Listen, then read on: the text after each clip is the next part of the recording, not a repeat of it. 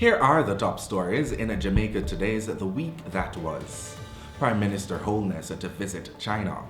Krystal Tomlinson to run for Parliament. Tragedy at Clan Carthy Primary. Taxi drivers charged.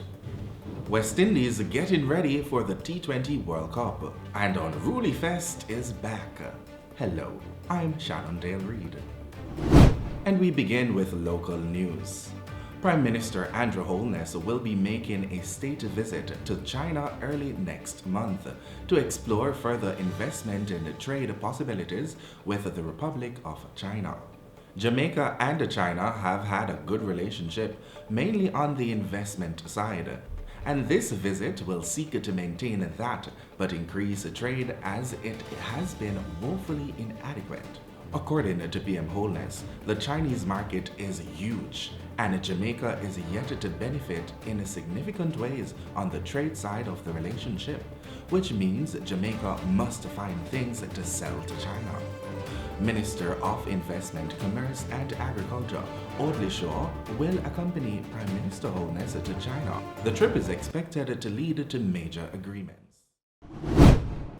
Tragedy struck at the Clan Carthy Primary School on Adina Road in East Kingston on Monday afternoon, October 28, when an out-of-control garbage truck overturned, killing one student. Nothing that can be said or done to comfort a grieving mother, especially losing your child under these circumstances.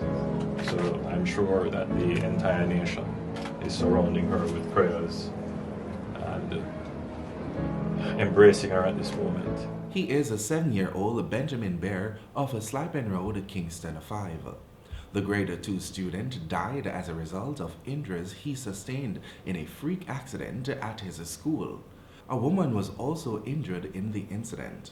Reports from the Vineyard Town Police are that about 4:30 p.m., Benjamin was at school when a runaway garbage truck that had been picking up trash on the school compound overturned and fell on him, killing him on the spot.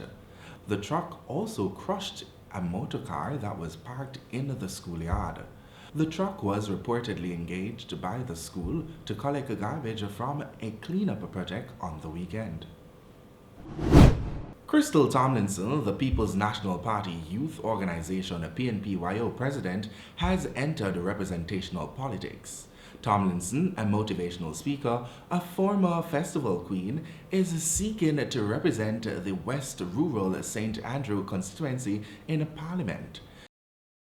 She was selected by the constituency executive and nominated to the party, which accepted the selection.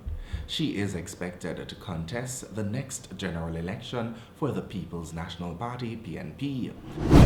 Finally, in local news, the 2 taxi drivers involved in the incident, which saw a Probox motorcar mowing down 2 pedestrians in Halfway Tree, St. Andrew, on Wednesday, October 23, have been charged.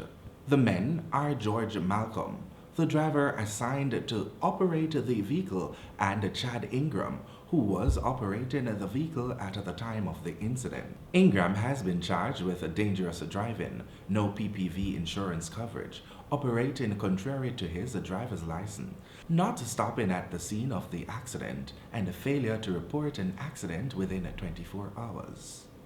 Malcolm was charged with aiding and abetting the first 3 offenses. Both men made their appearance in court on Wednesday, October 30.